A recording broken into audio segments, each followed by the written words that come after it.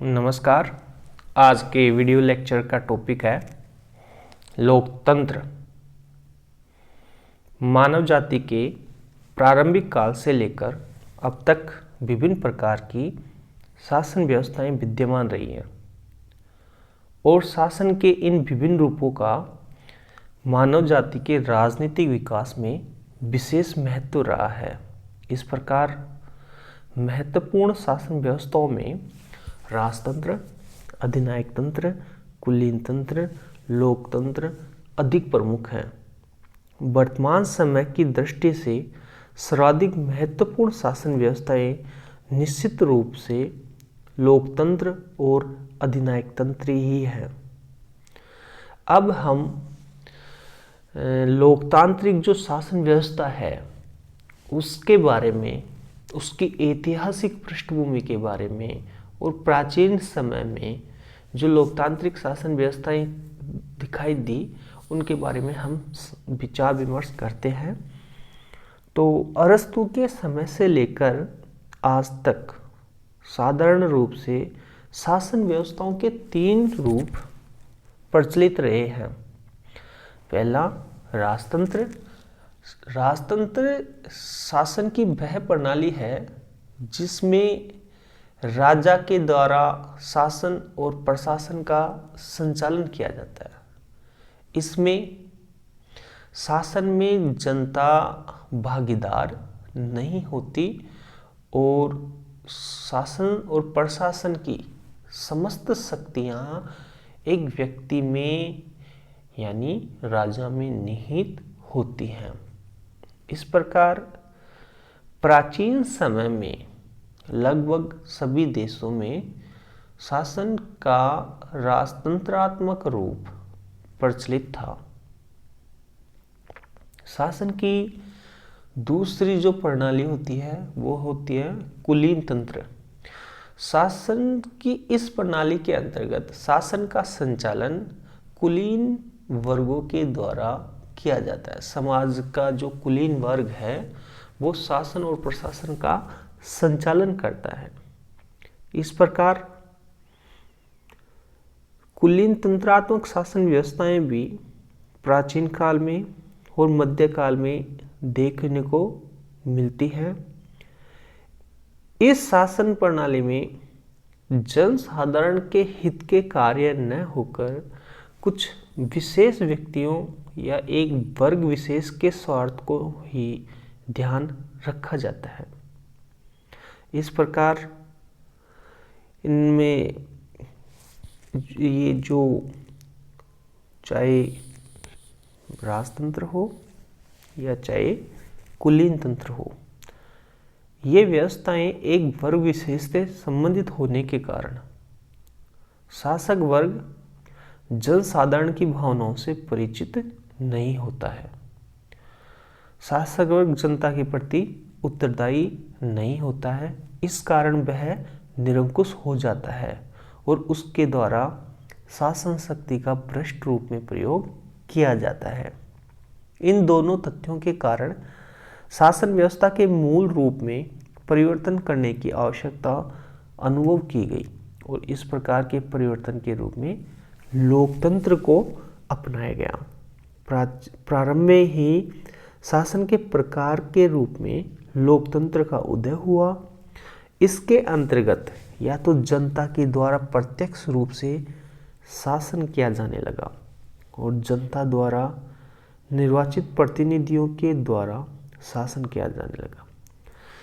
यानी कहने का आशय ये है कि वर्तमान समय में जब औद्योगिक क्रांति का उदय हुआ, पुनर्जागरण का दौर आया, तो शासन की लोकतांत्रिक संस्थाओं का आगाज हुआ, उनका गठन हुआ और इस प्रकार ये लोकतांत्रिक शासन प्रणाली उभर कर अस्तित्व में आई। अब यदि हम लोकतंत्र का शाब्दिक अर्थ देखें और विभिन्न विद्वानों ने उसको जिस तरीके से परिभाषित किया है उस पर प्रकाश डालने का प्रयास करते हैं, उस पर विचार विमर्श हम करते हैं। तो शासन के प्रकार के रूप में यदि लोकतंत्र की व्याख्या करें तो लोकतंत्र को अंग्रेजी पर्यायवाची शब्द डेमोक्रेसी, ग्रीक शब्द डेमोस और क्रेशिया से मिलकर बना है, यानी डेमोस प्लस क्रेशिया, इन दो शब्दों से मिलकर डेमोक्रेसी बना है, जिसका आशय यह है शासन की शक्ति। इस रूप में लोकतंत्र उस शासन प्रणाली को कहते हैं जिसमें जनता स्वयं प्रत्यक्ष रूप से या अप्रत्यक्ष रूप से अपने प्रतिनिधियों के द्वारा संपूर्ण जनता के हित को दृष्टि में रखकर शासन करती है। इस प्रकार शासन के एक प्रकार के रूप में लोकतंत्र का अर्थ एक लंबे समय से लिया जा रहा है। विभिन्न विद्वानों ने इस रूप में लोकतंत्र की अलग अलग प्रकार से व्याख्याएं की हैं। राष्ट्रपति अब्राहम लिंकन ने इसकी परिभाषा इस प्रकार की: लोकतंत्र शासन का वह रूप है जिसमें जनता के द्वारा और जनता के लिए शासन होता है। ब्राइस के शब्दों में लोकतंत्र शासन का वह प्रकार है जिसमें राज्य के शासन की शक्ति किसी विशेष वर्ग या वर्गों में निहित न होकर संपूर्ण जन समुदाय में निहित होती है। सीले के अनुसार लोकतंत्र वह शासन है जिसमें प्रत्येक व्यक्ति का एक भाग होता है। इस प्रकार लोकतंत्र की परिभाषाएं करते हुए विद्वानों ने अलग अलग शब्दों का प्रयोग किया है, लेकिन फिर भी इन परिभाषाओं के आधार पर लोकतंत्र की 3 विशेषताएं दिखाई पड़ती हैं। पहला, जनता का प्रतिनिधित्व।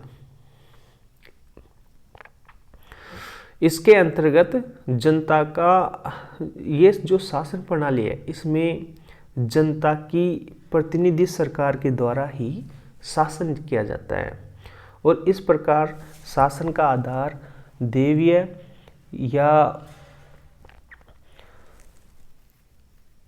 या लौकिक न होकर जनता के प्रतिनिधियों के द्वारा शासन किया जाता है। दूसरा, जनता के हितों की रक्षा। लोकतंत्र में शासन का अस्तित्व जनता के हितों की रक्षा के लिए होता है, अर्थात लोकतंत्र में सरकार सदैव एक साधन के रूप में होती है, साध्य के रूप में नहीं होती। इसी प्रकार जनता के प्रति उत्तरदायित्व। इसके अंतर्गत सरकार जनता के प्रति उत्तरदायी होती है। यदि शासक द्वारा अपनी शक्ति का प्रयोग सर्वसाधारण के हित में नहीं किया जाता तो सर्वसाधारण के द्वारा शासन में परिवर्तन किया जा सकता है। यानी कहने का मतलब शासन जनता के प्रति उत्तरदायी होता है। इसी प्रकार ये तो हुआ शासन के रूप में लोकतंत्र की परिभाषा। अब हम देखते हैं राज्य के प्रकार के रूप में लोकतंत्र। जनता के प्रतिनिधि भी कम से कम एक निश्चित समय तक शासन की शक्ति का प्रयोग कर सकते हैं। इसी बात को लक्ष्य करते हुए रूसो ने ब्रिटिश प्रजातंत्र पर कटाक्ष किया है। उन्होंने कहा है कि इंग्लैंड केवल चुनाव के दिन ही स्वतंत्र होता है। लोकतंत्र को वास्तविक रूप में जनता के प्रति उत्तरदायी बनाने के लिए यह आवश्यक है कि जनता न केवल अपने प्रतिनिधियों का चुनाव करे बल्कि वह अपने प्रतिनिधियों पर व्यवहार में भी नियंत्रण रखे। इस प्रकार राज्य के प्रकार के रूप में लोकतंत्र शासन की ही एक विधि नहीं है, अपितु वह सरकार की नियुक्ति करने, उस पर नियंत्रण करने, उसे अपदस्थ करने की विधि है। इस प्रकार राज्य के प्रकार के रूप में हम लोकतंत्र की व्याख्या कर सकते हैं। अब हम देखते हैं सामाजिक व्यवस्था के प्रकार के रूप में लोकतंत्र। समानता की घोषणा कर देने मात्र से व्यवहार में सभी व्यक्ति समान नहीं हो जाते। उनकी सामाजिक स्थिति राजनीतिक क्षेत्र पर बहुत अधिक प्रभाव डालती है। जब तक सामाजिक क्षेत्र में सभी व्यक्तियों को समान महत्व प्राप्त न हो जाए, राजनीतिक समानता एक भ्रम बनकर रह जाती है। समाज के प्रकार के रूप में लोकतंत्र से उस समाज का ज्ञान होता है जिसके अंतर्गत प्रत्येक व्यक्ति का मूल्य व्यक्ति के रूप में होता है और जाति, रंग, लिंग, संपत्ति और धर्म के भेद के बिना सभी व्यक्ति समान समझे जाते हैं, समान अधिकार एवं अवसर का उपयोग करते हैं। लोकतांत्रिक समाज के संबंध में डॉक्टर बेनी प्रसाद ने लिखा है कि यह जीवन का एक ढंग है। यह इस मान्यता पर आधारित है कि प्रत्येक व्यक्ति के सुख का महत्व उतना ही है जितना किसी अन्य व्यक्ति के सुख का महत्व हो सकता है। इस प्रकार प्रोफेसर हर्नाशाह लिखते हैं कि लोकतांत्रिक समाज वह समाज है जिसमें समानता के विचार की प्रबलता हो और जिसमें समानता का सिद्धांत प्रचलित हो। इस प्रकार सामाजिक व्यवस्था के रूप में लोकतंत्र की व्याख्या की जा सकती है। इसी प्रकार हम आगे देखते हैं कि आर्थिक व्यवस्था के प्रकार के रूप में लोकतंत्र। वर्तमान समय में अर्थ ने मानव जीवन में बहुत अधिक महत्वपूर्ण स्थान प्राप्त कर लिया है और साधारणतया मानव के सभी कार्य, चाहे वो प्रत्यक्ष हो या चाहे अप्रत्यक्ष हो, अर्थ से ही चालित होते हैं। ऐसे वातावरण में जीवन का आर्थिक पक्ष सबसे अधिक महत्वपूर्ण हो जाता है और जब तक इस क्षेत्र में समानता की स्थापना न हो जाए, सामाजिक और राजनीतिक समानता निरर्थक हो जाती है। आर्थिक व्यवस्था के प्रकार के रूप में लोकतंत्र का आशय आर्थिक समानता की स्थापना से है। यहाँ इस बात को भी ध्यान रखा जाना चाहिए कि आर्थिक समानता का तात्पर्य समान पुरस्कार जैसी कल्पनात्मक बातों से नहीं है, बल्कि इसका आशय यह है कि सभी व्यक्तियों को जीवन में ऐसी सामान्य सुविधाएं प्राप्त होनी चाहिए ताकि वे अपने व्यक्तित्व का पूर्ण विकास कर सकें। इसी प्रकार लोकतंत्र को जीवन के एक विशिष्ट दृष्टिकोण के रूप में भी परिभाषित किया जाता है। प्रजातंत्र राजनीतिक, सामाजिक, आर्थिक व्यवस्था का एक प्रकार ही नहीं है, बल्कि यह तो जीवन के प्रति एक विशिष्ट दृष्टिकोण भी है। इसके अंतर्गत मनुष्य का एक विशेष प्रकार का स्वभाव तथा सामाजिक व्यवहार होना चाहिए। सबके हृदय में क्षमा, सहिष्णुता, सेवा, परोपकार, विरोधी दृष्टिकोण के प्रति आदरभाव, मानवीय व्यक्तित्व के प्रति सम्मान और समझौते की प्रवृत्ति विद्यमान होनी चाहिए। इस प्रकार प्रजातंत्र में सभी व्यक्तियों के द्वारा दूसरे के प्रति वैसा ही व्यवहार किया जाना चाहिए जैसा व्यवहार वह अपने प्रति पसंद करता है।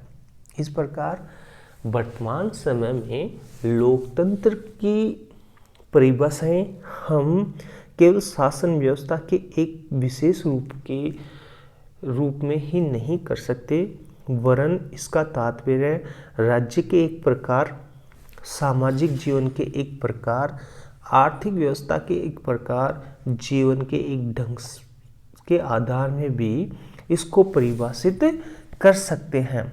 इस प्रकार प्रजातांत्रिक लोकतंत्र केवल सरकार का ही रूप नहीं है, वह राज्य का और समाज का अथवा इन तीनों का ही मिश्रण है।